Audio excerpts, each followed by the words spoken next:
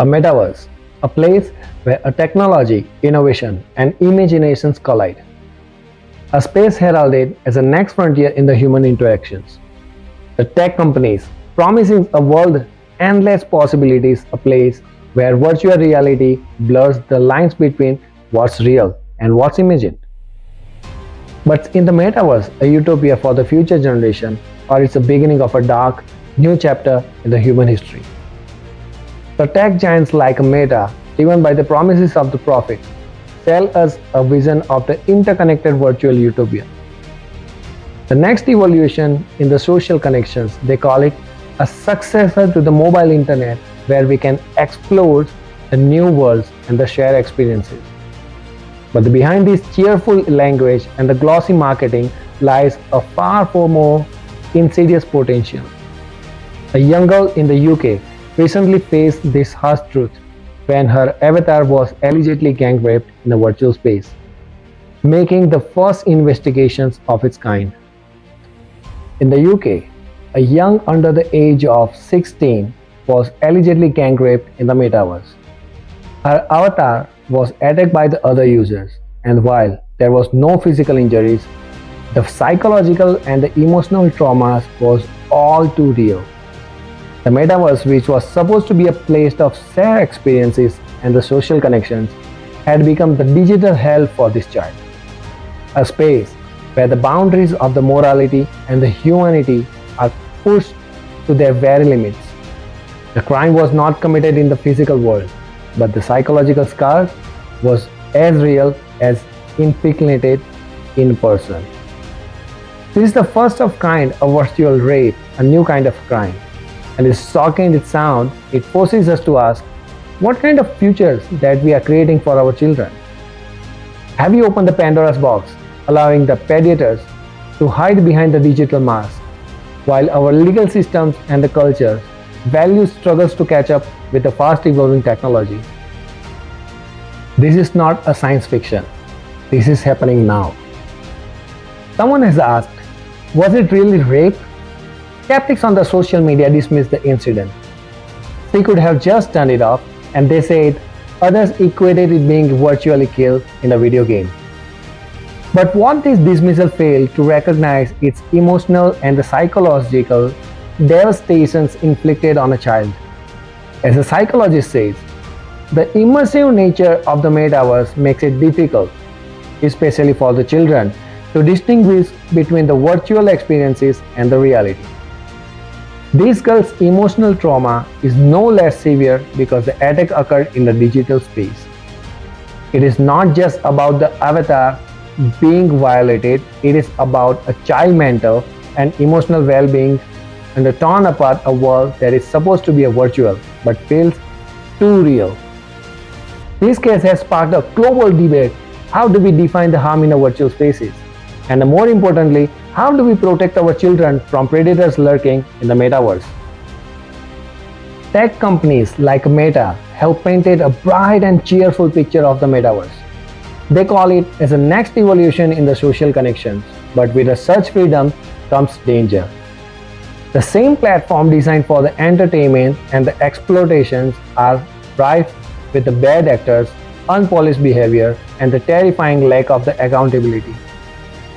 Despite the Meta's promise of the user safety, incidents of the virtual sexual assault, harassment, and the exploitations are already flooding in the digital realm. The tools they have put into place, like personal boundaries and reporting the mechanisms, have proven inadequate. The metaverse is still its infancy, but already it has become the rife of the virtual sexual crime. Nina Jane Patel, a psychotherapist, described her own experience of being a virtual gang rape in the metaverse Horizon world as a surreal nightmare. These are not the isolated incidents, they are growing in frequency, and tech companies have yet to take full responsibility. The future of the tech companies protect the most vulnerable among its not new. In the 2021, the whistleblower Frances Hogan exposed how Instagram, owned by the Meta, was harming a mental health for the teen girls. Now those same vulnerable groups are being exposed, the predators in the metaverse. When will be enough? British authorities are investigating this metaverse case, testing the limits of their current legal framework. The UK's new online safety bill was supposed to protect children and adults from the online abuse.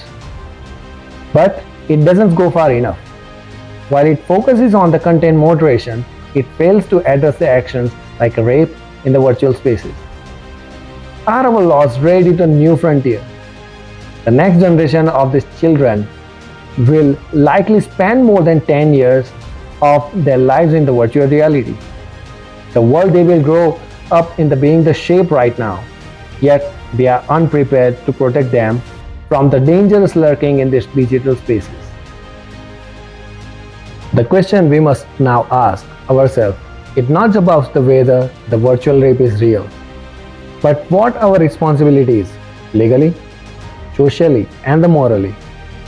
Does the law as it stands today account for the crimes in the world where the physical touch is replaced by the digital avatars, yet the trauma remains as profound as in real life?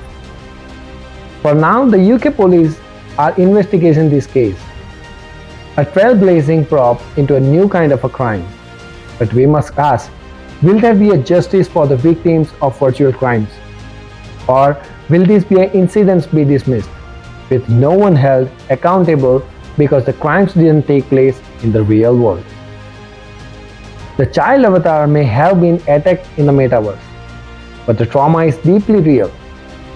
What we decide to do next will define how seriously the take protections of our future generation in this rapidly evolving digital age. What kind of a world that we are building for them? If we don't act now, we risk creating a future where these virtual assaults are normalized, where the emotional and the psychological toll on our children becomes a dark shadow they cannot escape. Metaverse is not just a game, it is becoming an integral part of our culture. But the culture is not a static, it is something that we create, something that we are passed on the future generation. Right now, we are passing on a culture that prioritizes profit over the protection, and a culture that allows harms to go unchecked in the names of the technological progress. It is not just about the crime in the metaverse. It is all about the values that we hold as a society. It's about the protections of the innocents. If we fail to address this now, we are complicit in the exploitations of future generations. The decision is ours to make, and it's time to act is now.